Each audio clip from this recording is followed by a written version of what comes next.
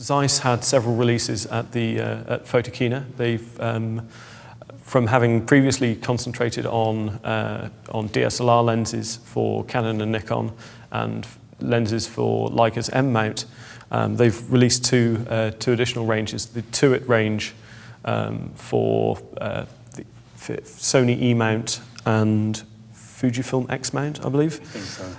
And then at Photokina, they announced the Loxia range, which are manual focus lenses for Sony's full-frame FE mount, with the sorts of price tags you might expect from Zeiss lenses. But also the other third-party manufacturers, Tamron and Sigma, produce some really interesting products for the enthusiast market. Yeah, So, I think you've got the Sigmas at the end there. And one of the big stories of the past sort of 18 months really has been in the photo world, in the world of lenses.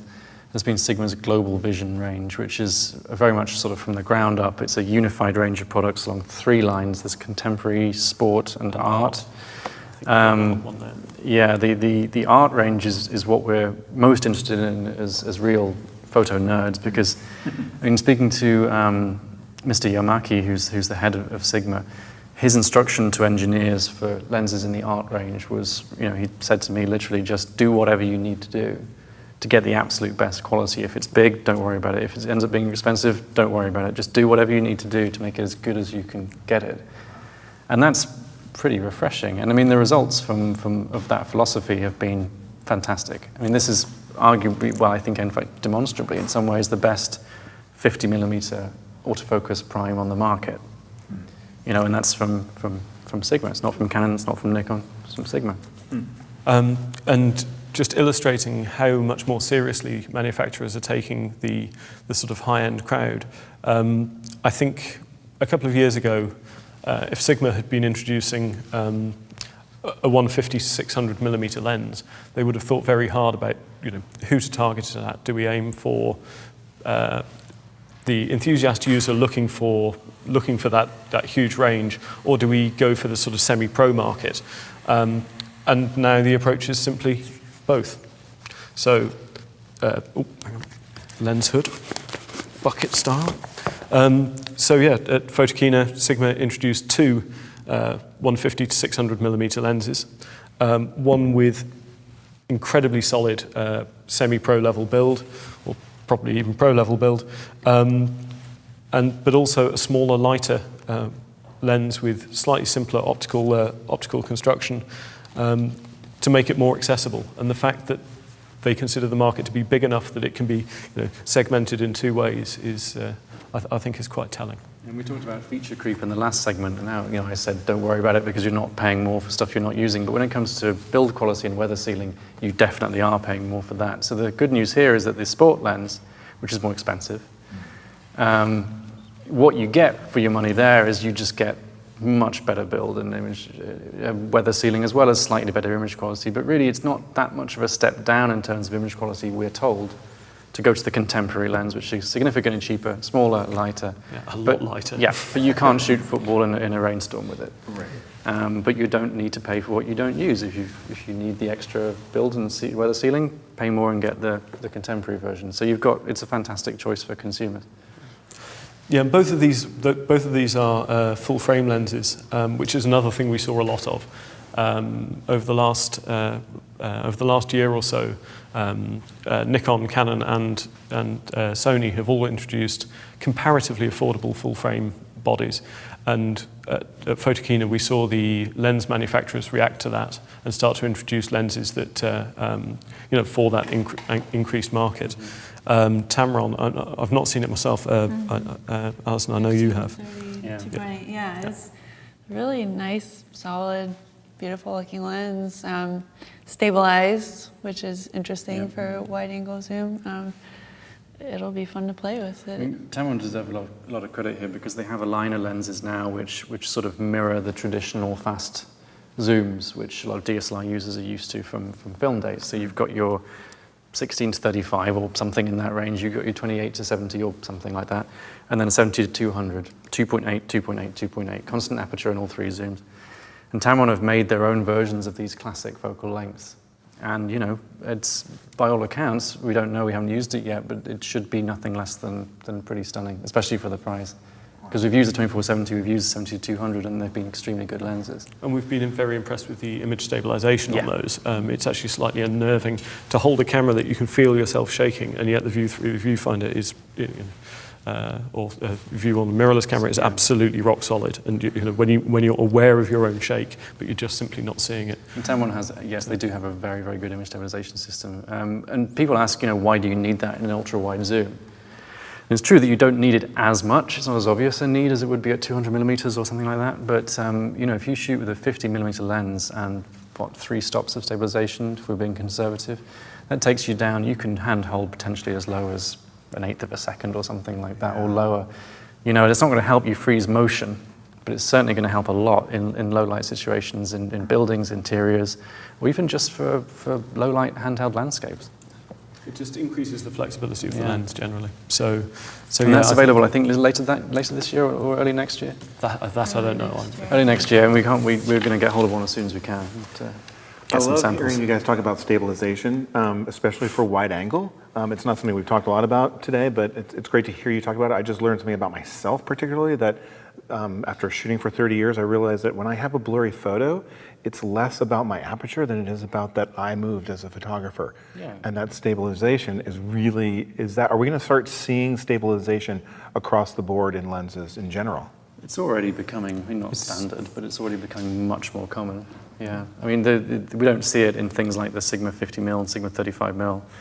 And if you ask Sigma why, they'd probably just say because it would add extra bulk and complexity. And also having those moving elements does, on a sort of no limit lens like the art range, in theory, stabilization can have an impact on image quality if you're really, really concerned about getting that last sort of couple of percent. And it certainly makes the designer's job a lot harder to design around a moving element. But yeah, it certainly it makes lenses easier to use. There's something, a peculiar facet of this job is that you'll go out and shoot with one product, become really used to it, and then have to drop it and try and move to something else. And I do remember acutely reviewing one camera that had, I can't remember if it was a stabilized lens or built-in stabilization in the body, but I then moved to an unstabilized lens and hadn't realized to what extent I was just taking for granted that sort of safety net that the lens was giving me. And I wasted a good day's worth of photos that were all shaken. Well, the first time I shot with, I think, the original Fuji X100, that was my experience too. Coming from DSLRs and coming from mirrorless, where I just got used to stabilization as standard. You can't shoot at 1/20th of a second on a 35mm camera, unless you're really, really steady. Or at least you very much have to think about it that bit more. Yeah, so. Lean against walls and things. Well, Olympus has really pushed that in their OMD series.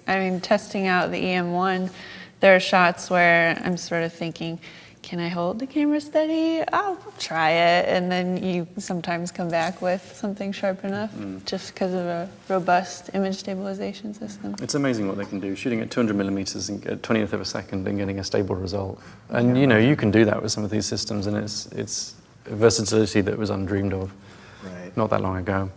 And it's certainly useful when you've got some of the longer lenses like the 40 to 150 2.8 that we've got here. Plus is it 1.4 times teleconverter? Yes. Which takes it to what, 420 millimeter equivalent, I think. It's that's a long lens by anyone's standard. Comparatively light, but even light as it is, having stabilization there to sort of have your back really is appreciated. Great. So Zeiss. Do we talk about Zeiss in this? Well, although I've sort of talked over them, sadly we don't have the products here. But as I say, there's the Tuit range, the Loxia, and also the Otis, so very, very high-end stuff. But whereas the Loxia and the Otis ranges are full-frame lenses, they've also been releasing the Tuit range of APS-C lenses, and I think actually that's quite an interesting thing that we've seen in the last couple of months is a renewed support for APS-C as an enthusiast format. All right, so, and that's something to kind of lead into this question. We talked about that these lenses are designed for full frame. What does that mean for APS-C? Well, I think over the last few years, we've had this huge, this period where Nikon, Canon, and Sony have released relatively affordable full-frame cameras, and so I think a lot of people were worried that their focus would be on those cameras for the enthusiast market and encouraging people to, almost pushing people across to that larger sensor format. And while it does make sense for some people, an awful lot of people have an investment in APS-C. And I think we've seen some really interesting lenses being released to support those users. Barney, I think you've got the Canon EFS 24 f2.8. Little tiny one. Which is essentially a pancake normal lens for the APS-C format. Almost the mirror of the company's 40mm 2.8 that they introduced for full frame last year.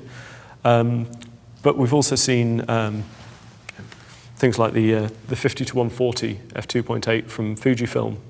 And by designing the lens specifically for APS-C, it can be made that bit smaller and considerably lighter than a lens that has to cover the full frame imaging circle. Companies like Sigma, although they may appear to be focusing more on full frame at the moment with their contemporary and their art lineups, it makes sense because from their point of view, if they make a lens that covers full frame, they're making a lens that covers APS-C as well, because the 35mm 1.4 becomes whatever it is, a 58mm, which is a decent standard if you're using an APS-C camera, and then the 50mm becomes a 75mm, which is a really good portrait lens. So Sigma can cover both bases in one lens. I will disagree with you till the end of time that the 75mm equiv is perfect for portraiture. What's perfect for portraiture is a 56mm lens on APS-C because it gives you 85mm equivalent, and I'm genuinely convinced that does make a difference in terms of where you stand relative to your subject, and consequently the perspective you then get. You just need to get 1 foot closer to the people you take pictures of. That could be the case, but Fujifilm introduced this. This is now the second version of its 56mm f1.2. And the first was already very nice. I mean, it's an 85mm equivalent, and an f1.2 maximum aperture on APS-C gives you so much control over depth of field, an unusual degree, an unfamiliar degree for most APS-C shooters. So to then introduce an even more specialist version, which has an apodization filter built into it. It's a term you may not have heard before because since Sony introduced one 10 years ago, it's not something we've really seen regularly. But it's essentially a concentric neutral density filter that's plotted towards the edge of the lens to darken the light coming in from the edges of the lens to try and smooth out the bokeh pattern, so you don't get bright ringed defocused areas of your image. It cancels out that any bright edge you might have and just gives smoother bokeh. Yeah, it's sort of quite hard to describe. It's a very simple thing, but its effect is complicated. But the end result is exactly that. You get much smoother, creamier, even out of focus areas. Just looks much nicer. And according to Fujifilm, they literally put it in there because they could. I mean, their designers went, you know what, we could probably fit this in here, so why not? And they did. And the results I've seen have looked fantastic. So you're not doing as much post-processing to try and clean that stuff up? Well, you shouldn't really be trying to post-process blur anyway, right? Unless you want to spend hours and hours on it. But yeah, it just gives you, in the camera, no post-process work at all. It just gives you nicer looking backgrounds. Yeah. Yeah, and coming back to our theme of concentrating on the higher end user, it's hard to imagine a lens as niche and specific as this appearing, before now, when we do have bodies like the XT1, very much aimed at a dedicated photographer. It's a lens that really backs that up and makes that into a useful combination. I just can't imagine that we would have seen this, even 3 or 4 years ago. No, in Fujifilm, of all the companies here, I mean, this is an arguable point, but I think, in my opinion, Fujifilm of everyone is focusing very clearly on enthusiasts. I mean, if you look at pretty much everything they've done in the past 18 months or so, 2 years. With the X-T1, the X100S, the XE2, you know, they're cameras that are unashamedly aimed at people who know what all the buttons and dials are meant to do. You know, they've really increased our expectations of electronic viewfinders as well. The viewfinder in the X-T1 is at the point where I would say really now it's better than a DSLR experience in terms of clarity.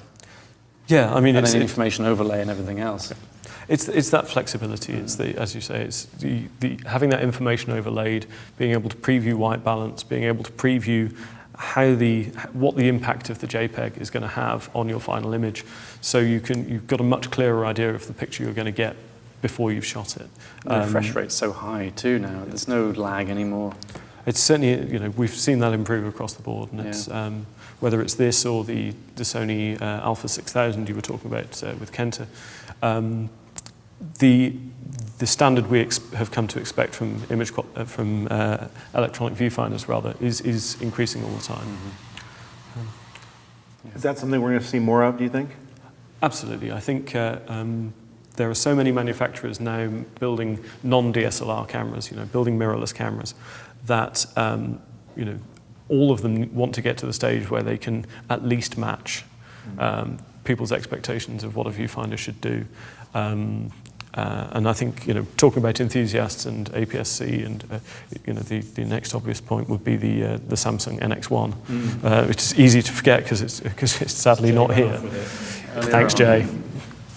But Barney, do you want to? Yeah, I mean, we sort of covered the NX1 in the last segment, but it's as I said, you know, talking to Samsung, it's a conscious leap from what they were doing before. It's not just the next thing they were going to do anyway. It's a real leap in terms of specification and ability, and they're aiming it squarely at enthusiast users, and that means DSLR users. I mean, they are confident enough in this product that they think they can tempt people away from mid-range and high-end Canons, Nikons, and Sonys. Yeah, they've introduced a 16 to 50 f2 to 2.8, you know, which is a really, you know, rather nice sounding combination to have for just general all-round photography. And in addition, much as Fujifilm has, they've introduced a 50 to 150 mm f2.8, which covers that classic 70 to 200 mm equivalent range with a fast aperture. And if 300 mm. And then there's going to be the 300 mm as well. And with the on-sensor phase detection system that the NX1 is bringing, if it can focus those lenses as quickly as, you know, in principle it should, that's going to be quite a shake-up for the market. And that 300 mm, I mean, it's I don't know how many of them they'll sell, how many sports photographers are realistically going to switch to NX, but it's definitely a very strong statement of intent. You know, like, we are serious about this. Don't for a minute think that we are not. Right. You know, it's not accidental that it's bright white either, I don't think. You know, it's very clearly meant to make you go, is that a Canon? Oh, no. Right. No, it's not. It's a Samsung, so, you know. And no one's going out every day. It's like not like your enthusiast bag has a 300 mm in there. So they're... No, not normally. Although it's commonly the long end of a lot of kit zooms. Yeah. But yeah, 300 mm with that fast aperture, no, it's a big old lens. Wow. So, you know, for me, traditionally, I come from film way back in the day, so I'm used to full frame, and then I went to a crop sensor for a lot of years at 20D, and it was tough for me to kind of really resonate with that. So how about your readers out there? How are they feeling about the crop sensor? I mean, I think, you know, there's a big marketing push on behalf of several of the big manufacturers to try and encourage people across to full frame. I mean, the cynic would look at some companies' lens lineups and think, well, how serious about APS-C were you? Because obviously it's in their interest to have lots of tempting lenses to encourage you to move across to full frame. But I think with a bright aperture and a lens, you know, well designed to match APS-C, and there's no way that should be happening. You know, there's no excuse for that happening so late in the day. Why? APS-C has been the dominant format in digital photography for over a decade. It's been the de facto standard, you know, by far the most widely owned, and yet it's only now we're getting, you know, we're having companies make really interesting lenses for APS-C. But crucially, I think we almost answer our own question there, is that the companies making them are the companies that are exclusively tied to that format. Sure. Because a much less cynical way of looking at the lens lineup issue is that, for Nikon, for Canon, it's much more of a risk to put R&D resources into a lens that can only be used on their APS-C DSLRs. If they make a lens that can be used on both, then maybe it's a little bit out of reach for the APS-C users, but it's it's an aspirational lens, which if they put it on their camera will work without any compromise. Right.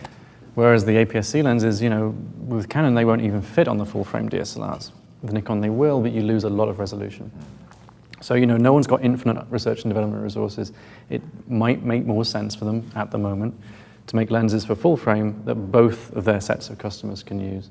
But, I'd agree with that, and certainly from the manufacturer's point of view, it makes an awful lot of sense. Yeah. It's very frustrating to see, sorry to interrupt you, but to see that Nikon still has only one fast professional standard zoom for APS-C, and it's been around since 2000, I think. Is that 17 to 55, 2.8? That's old. That was introduced with a D1, maybe. No, before that. It's old. So I think coming back to your question slightly more, I think our audience will be split across multiple formats. As I said in our survey, we were actually quite surprised at how many of our users would be willing to just live with a fixed lens camera if the image quality was good enough. So I think there continues to be a space for APS-C and full frame, and I think some of our readers will appreciate one format, some will appreciate the other, and actually let's not, although the terminology full frame, and it gets a little bit controversial at times because it implies that there is something absolute about that as being the end point for image quality.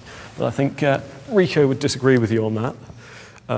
With it's 645Z rather, which is a sensor that's 60% bigger than a full frame sensor, and the sensor in this camera we believe to be essentially an enlarged version of one of the best sensors on the market. I would hate to speculate about who makes it, but if the existing 645D was a really impressive camera based around a CCD chip, this is based around the very latest CMOS technology and on a sensor that big. I know Rishi in our office in particular is very, very excited to get to get that out of Rishi's hand. Absolutely. Without getting too technical, because to be perfectly honest, I'm not capable of getting too technical about sensors, but the difference between CCD and CMOS in the last generation and the current with this particular product is that the CMOS in the current generation allows so much more dynamic range per exposure, and also allows a lot of high ISO sensitivity shooting settings, which were just not possible before. So it's not alone now in the market, but it's certainly alone as being an affordable option in the medium format market that actually allows you to shoot at the sort of high sensitivity settings that you could if you were shooting a full frame or APS-C DSLR, which is very impressive. And I have no reason to disbelieve John from Pentax from Ricoh when he said that they can't keep up with demand. Absolutely. Because this is the first we've had one, I think, isn't it? Yeah. And we've been asking for one for months. We were lucky enough to borrow a pre-production unit several months ago, but this is the first time we've seen a full production camera. Up until now, medium format has been a strictly professional only sphere. Cameras have tended to cost 20, 30, 30 plus thousand US dollars. Whereas this is, I think, 8.5. 500 body only, yeah. So it's not cheap, but it's a lot cheaper than it could be. Absolutely, it's much closer to being, within the reach of some people, and rather than being, as Barney was saying, rather than being a camera that pretty much has to be used under studio lights with very long exposures at low ISOs on a tripod, the fact that this, it inherits bits and pieces from the K3, so it's as easy to use as a Pentax K3. Somebody who's shot with a DSLR before can just pick it up and start shooting, but it'll shoot at comparatively high frame rates. It'll shoot video, and it'll shoot at high ISO. So it was interesting too. I spoke to Leica. Dropped several products on us more or less completely by surprise when we were at Photokina, and one of them was the new version of the S, which is their medium format camera, which it's a Leica camera. It's very expensive. It's a very niche targeted group of users. But it shoots 4K video, which was a surprise. And I do wonder how many, I presume some of the people who are buying these products must be asking for that. I know Leica's explanation to me about why they put video into that product was that they just have people who want the extremely shallow depth of field look that they can get with the camera in video. Videographers are asking them for it because they can't get that solution with conventional video cameras. So it's a brave new world. Yes. And the point you were making earlier, in a lot of these cases, sometimes these features are included simply because manufacturers can. If your sensor can read out as quickly as the latest CMOS sensors as they can, why not include video? As you say, if it's not a function that you need, just don't press the red button. And often you can even disable it. ISO instead. Exactly. So a question from the internet.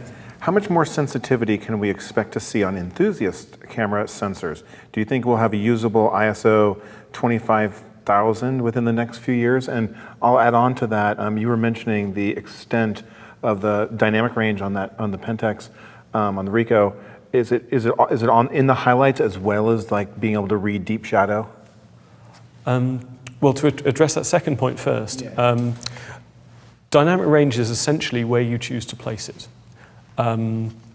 Arguably, a lot of cameras' metering systems have been based around the way that JPEGs work, and JPEGs sort of work like film, whereas actually digital sensors don't work like negative film. They work more like slide film. So if you expose to protect the highlights, when you take your exposure, if you worry about making sure you've captured all the highlight detail you want, then the dynamic range works backwards from that, works down from that until you hit the noise floor of the sensor.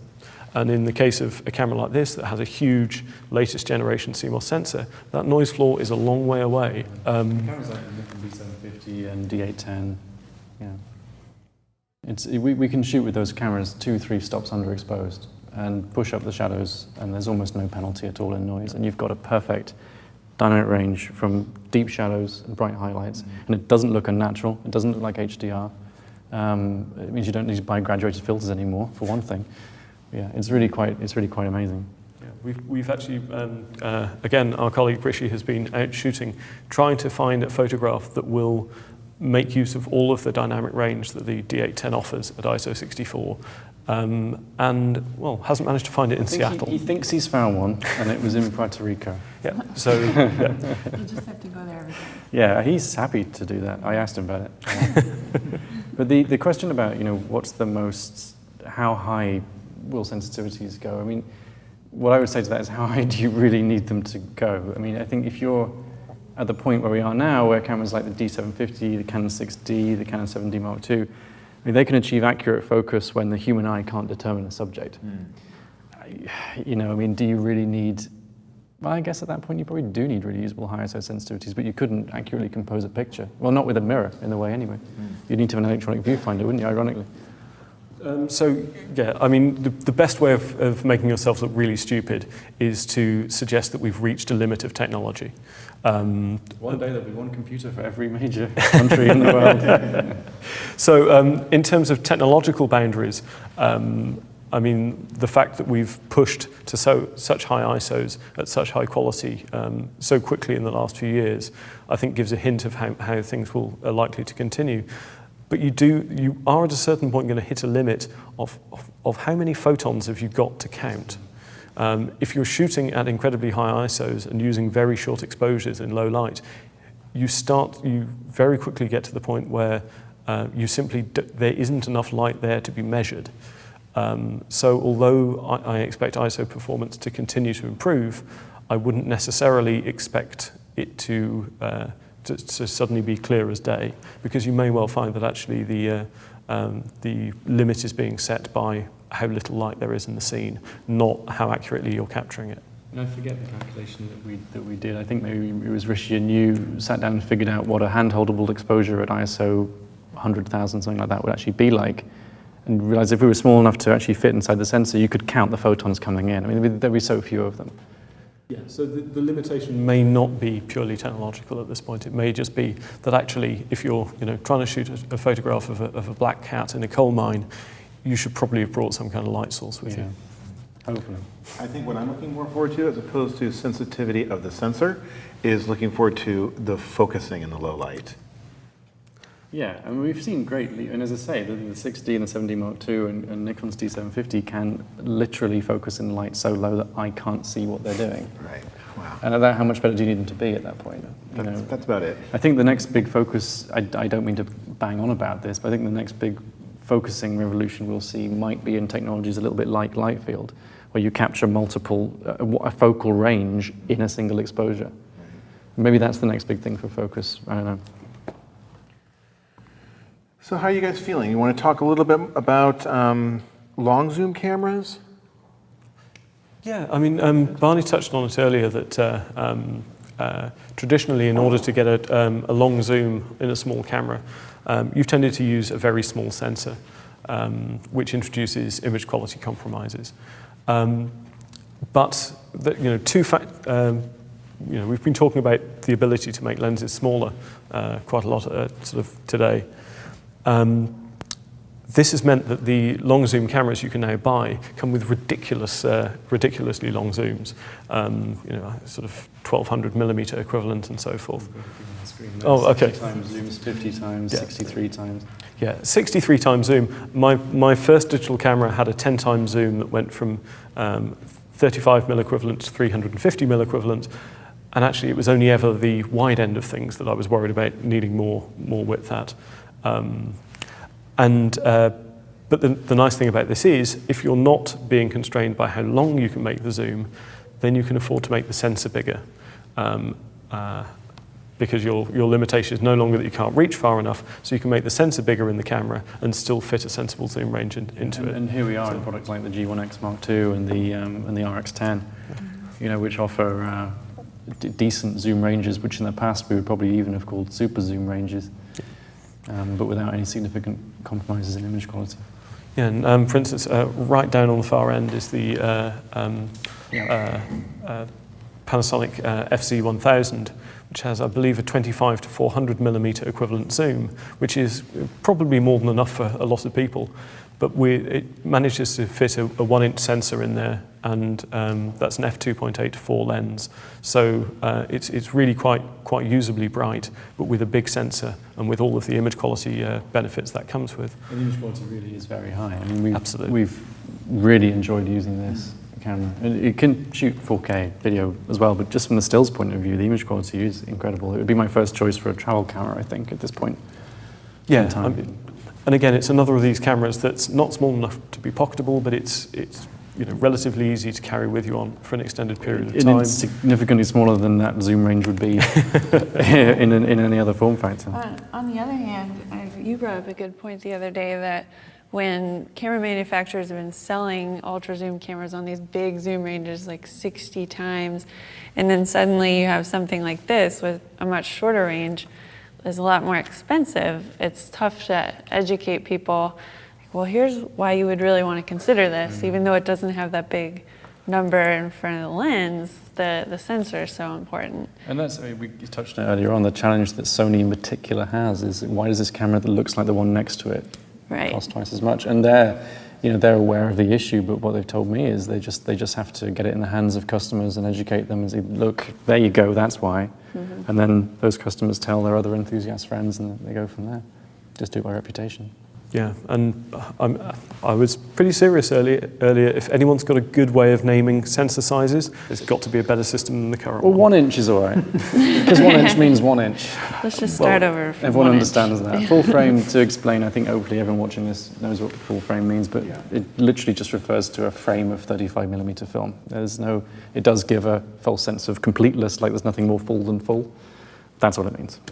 I just simply meant that there is no single dimension within a 1 inch sensor that's an inch long. Is there not? Nope. But as I say, terrible system.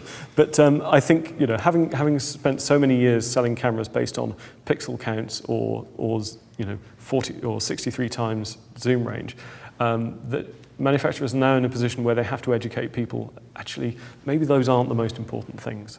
And sensor size is going to be the big challenge. And maybe that's why these cameras are being produced for enthusiasts, because they're the people who appreciate what the sensor size means in terms of image quality. Because at the end of the day, all of these wide variety of cameras laid out in front of us, the main thing that all of them offer is better image quality than we've previously seen.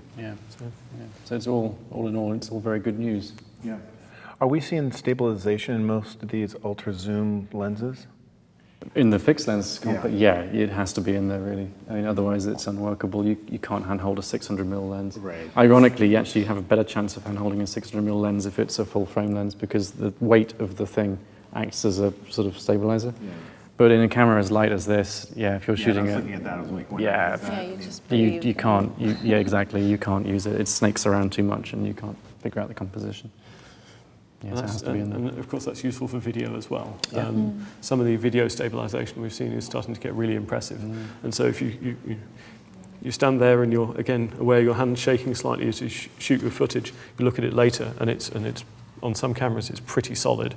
And that suddenly means, running and gunning in a way that previously you started to have to think about Steadicam. Obviously, we're not talking broadcast quality. I'm seeing some raised eyebrows from the cameramen here, but for enthusiast users, it suddenly means that you don't have to obsess quite so much on keeping the camera steady, because it will have your back. But I would like to know from you guys, future of photography. You're on a desert island, you get you get to name one thing that you get to see in 2 years at the photo show. What do you want to see? Is the desert island important in this? No. In this analogy? No, you just get one, this is your magic. Well, one that's weatherproof. Okay. That's a great one, really. It's only really important for the island. Yeah. 2 years' time, what do I want to see at Photokina? I want to see a genuinely affordable full-frame camera. I want to see a full-frame camera that gives Nikon D300 users something that they can buy without feeling like they're paying for something they don't need. I want to see a full-frame camera that cost me what my EOS 3 cost me in 1998. Okay. I'm totally stealing something you guys said earlier, but battery life. There's so many great options for enthusiasts now. It's cameras I get really excited about testing that were announced at the show, and the battery life kind of lets you down right now. So, yeah, that's my wish. Okay. And I think possibly due to lack of imagination, I'd like to see more of what we're currently seeing, but with 2 years additional development. So a useful bright lens in front of a decently sized sensor and lots of external control, and an easy way of setting the AF point, because that's something that too many of these cameras get wrong. Okay. Well, for me, Bernie, I'm going to steal yours, because I live here in Seattle, and I just want a camera and lenses that I can literally just take out and use in pouring down rain. So, because that's how we roll here in Seattle.